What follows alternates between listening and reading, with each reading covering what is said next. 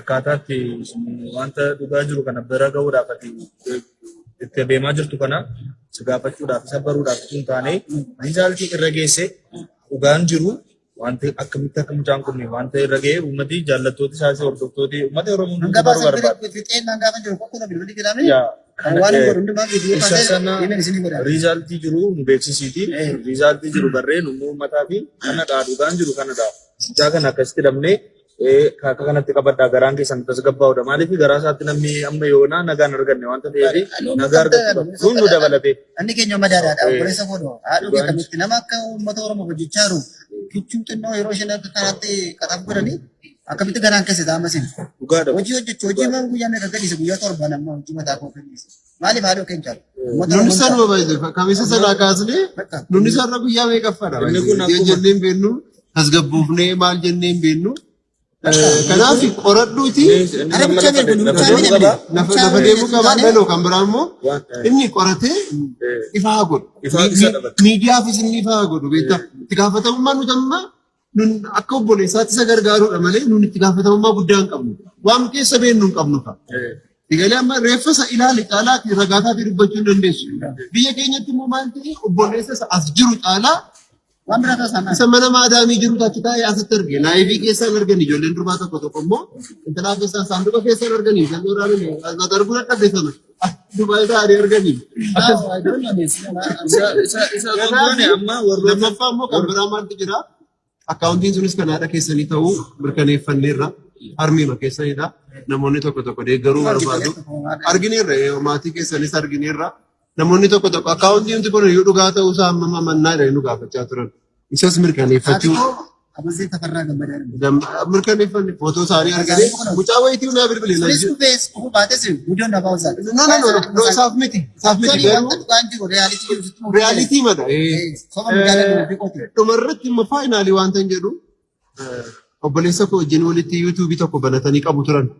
Wanta inni qaban yuutuubii tokko torbee lamaan darbee soraan birrii rakkadheeraa gurgurruu kan jedhu walitti yaada akkasii walitti fidanii nama wayituu Ameerikaa irra taa'ee sabskiraayibarii 22 kan qabu kanaa birrii 40 sinirraa bitaa jedhanii birrii 20 hirmaachuuf turan. Firaa'olii wajjin lamatti jechuudha.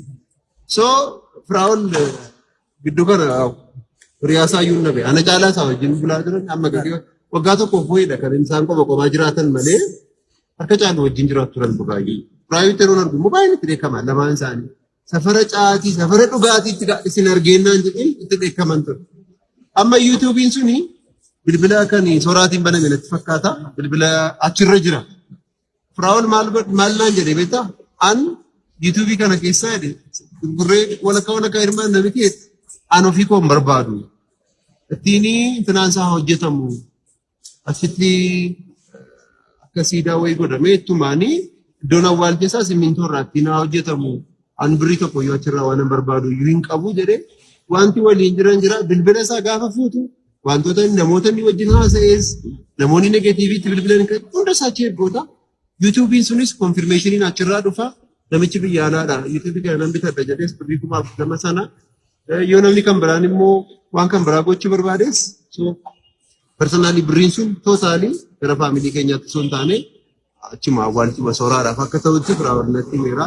Kanaaf anis isa teenkiyuun jedhaani. saduwaan hojii qaba harka sooraan. Hojjetame. Ijoolleen bilbilanii natti maaru muuziqaa hojjeteeru qaba. An akka oduutti nagaya malka. Dhaggeeffadheera. Dhaggeeffadheera. Saantila dhaggeeffadheera. Muuziqaan hojjetamee jiru jira. Ijoolleen tokko tokko dabalanii akkamitti akka hojjetamu qabu natti haasa'aniiru. Sana hin mari'anneetu allattiin hojjetamee uummata bira gahu uummataaf hojjetame wanta ta'eef jechuudha. Hojiin gara xumuraatti deemedha wanta ta'eef akkaataatti muuziqaan sun hojjetamu. Mari'annee isin beeksisnaa dheeraan ijoolleen kana tinaana jedhaniiru. Sooshaal miidiyaa irratti immoo namoonni tokko tokko amma sababa muuziqaa sana warri walitti bu'aa jirtanii dhiisa abbummaa isaa namni fudhatu nama baay'eetu jira. Milkaa'ina hojii sana irratti duwwaa xiyyeeffadha. Abaluu isiniin hin jedhu sooshaal miidiyaa irratti al lama sadii barreeffama wayii argeera. Eenyuus haa ta'u eenyuuni dandeettii qabdanii wal gargaaraati muuziqaan gurra uummataa ga'u kan waan isin jechuu barbaadu. Waan hundumtuu ta'eera. Sooraadha isin tafakkarin. Motora motan. Kanaaf wanta hundumaa faana buutee qophee dhugaas garuu dhumarratti akkuma beeksifamu amma yeroo tokko tokko wanni biyya kana keessatti ta'u akkaataa namoota achi burjaajee machumaan kana manni hin bahu jechuudha. Uummanni garuu dhugaas akka baru waan hundumaa hordoftee nus immoo karaa kumsaas keessi quunnamnee wanta hundumaa akka adda baasee nu beeksisuuf hin danda'amu.